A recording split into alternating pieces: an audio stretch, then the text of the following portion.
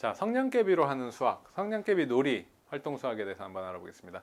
성냥개비로 하는 수학 문제를 저희 강연을 가거나 교육을 나가거나 했을 때 어머님들이 또는 선생님들도 마찬가지예요.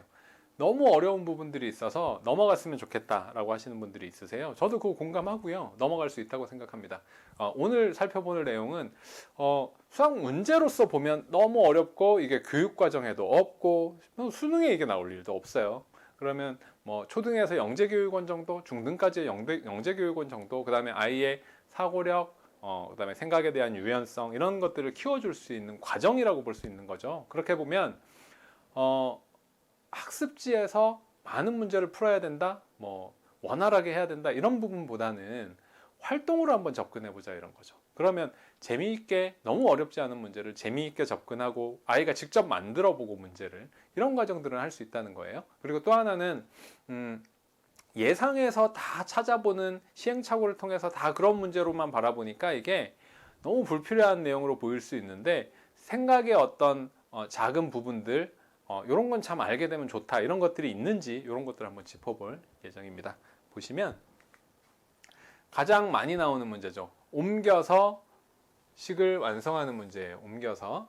자, 요걸 하기 전에 반드시 해야 될 부분은 아이들과 숫자를 만들어 보는 거예요. 숫자를 만들어 볼 때 이 디지털 숫자 또는 성냥개비를 처음 한다라고 하면 굳이 식 완성하기까지 안 가더라도 한 번쯤 해볼 수 있는 활동이에요. 1학년 또는 뭐 7살 아이들이라고 하면 이런 것들을 해볼 수 있겠죠.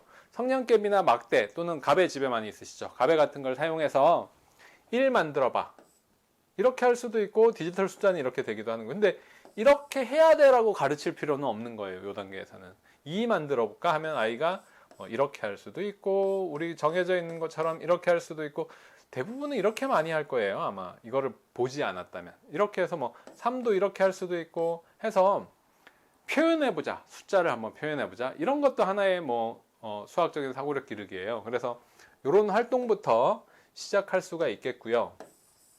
그리고 나서 이런 것들 해보고 나서 디지털 숫자를 이제 알고 나서 디지털 숫자를 정확하게 1, 전자식의 숫자로 알고 난 다음에 이런 문제를 풀게 됩니다. 풀게 되면 한 개 옮겨서라고 하면 요 수 자체를 관찰할 수 있어야 돼요. 이 수 자체를 관찰하면 하나를 빼서 되는 수가 있나? 없어.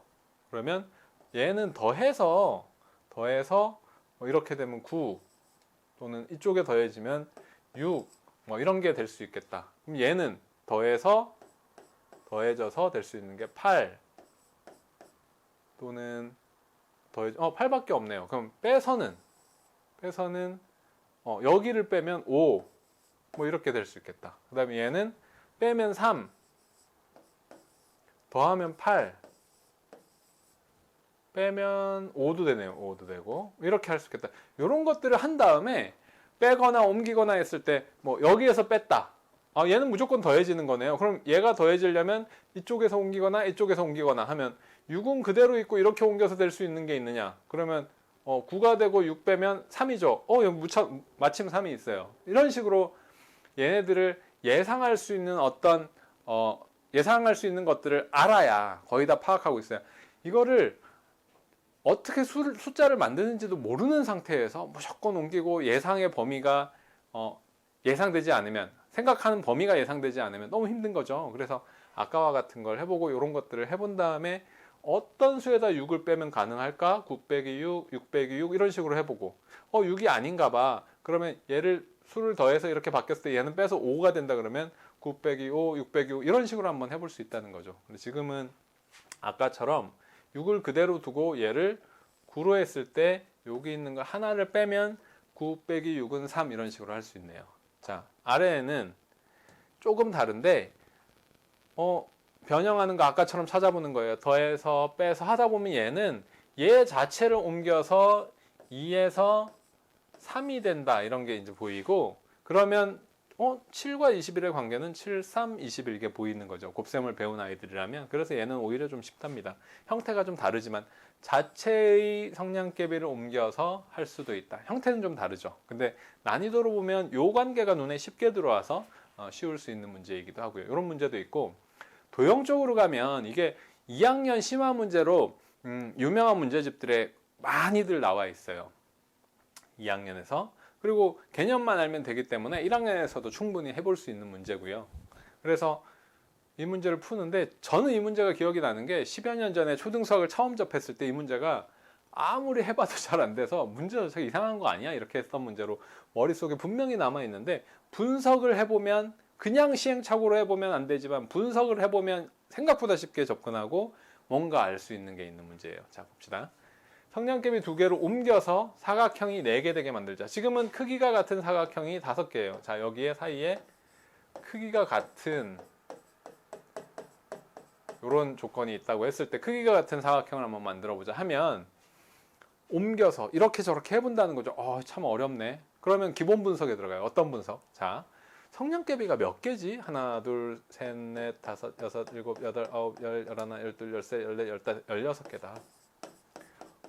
16개인데 4개를 만들으라고? 그러면 4개씩 써서 4개가 되는 꼴인데, 사각형 4개인데, 사각형은 변이 4개인데 사각형을 4개 만들으래. 16개가 딱 맞네. 그 얘기는 뭐예요? 공유되는 게 없어야 돼요. 다 개별로 떨어져 있어야 된다는 거죠. 즉, 얘와 얘가 붙어 있으면 둘 중에 하나는 없어져야 되는 거라는 거예요. 없어져야. 자, 그래서 이 사각형과 이 사각형이다. 얘가 없어지려면 이게 3개나 있잖아요. 그래서 얘가 없어져야 되겠네. 이런 식으로 생각할 수 있어요. 붙어 있어요. 얘 없어져야 되겠네. 그러면 없어지고 얘는 있어야 되고 3개는 확정이에요. 이런 식으로 생각할 수 있어요. 그러면 없애자. 하나는 만들어야 돼. 여기 이렇게 만들 수 있다는 거죠. 이렇게 2개를 옮겨서.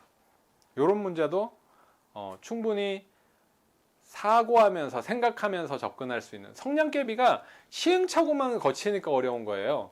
이런 개수를, 이게 딱 맞지 않더라도 16개가 아니라 15개다. 그러면 1개만 중복되겠다. 뭐 이런 생각들도 할 수 있는 거고, 한 여지들이 있다는 거죠. 생각을 키울 수 있는 여지들이.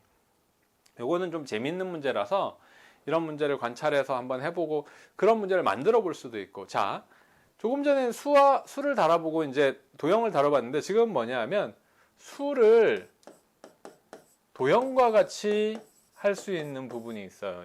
이런 그 성냥개비 활동은 뭐냐 하면, 이렇게 만든 수는 돌려도 똑같아요. 반바퀴 돌려도. 오른쪽으로 뒤집으면 5가 돼요. 아래로 뒤집어도 마찬가지고. 이런 식으로 뒤집거나 돌리거나 했을 때 수들이 어떻게 변화하는가, 뭐 이런 심화 문제들도 이제 3학년에 도형 움직이기가 나오기 때문에 그 시점으로 해서 나오게 되는데, 지금 문제는 보면 53 빼기 8은 12, 분명히 틀렸어요. 근데 문제에서 옮기지 않고 식을 완성할 수 있니? 바르게 만들 수 있니? 이런 문제예요. 자, 이건 창의력이 필요한 문제이기도 하고, 도대체 뭐지? 아이디어가 필요한 문제인데, 얘는 거울을 여기다 하나 이렇게 갖다 대면, 위나 아래로 거울을 갖다 대면 이게 이렇게 반사돼서 23 빼기 8은 15가 나오더라. 이런 것도 해볼 수 있어요. 자, 이거는 시험 문제로 나오긴 참 힘들어요. 이거는 시험 문제라기보다는 재치 있는, 재미있는 문제로 살펴보고 이런 조건을 한번 만들어 볼까? 만약에 제가 영재교육원 문제를 출제한다라고 하면 이런 문제를 만들어 주고 유사한 문제를 한번 만들어 봐라. 이렇게는 접근할 수 있겠죠. 물론 교과 과정에서는 힘들고요. 이렇게 성냥개비 문제는 지금 살펴보신 것처럼 막 예상해서 다양하게만 하다 보니까 너무 어렵기만 해. 재미없어. 이런 것보다 지금 해본 것들을 직접 만들어 보고 옮기면서 풀어본, 너무 어렵지 않은 수준에서, 그 다음에 배울 게 있다, 수학적인 어떤 사고방법을 배울 게 있다라고 하면 아이들이 얻을 게 있고 쉽게 풀 수 있는 방법들도 생기고 하답니다. 그래서 재밌게 할 수 있는 방법이니까 참고하셔서 아이들이랑 한번 놀아보는 것도 좋을 것 같습니다.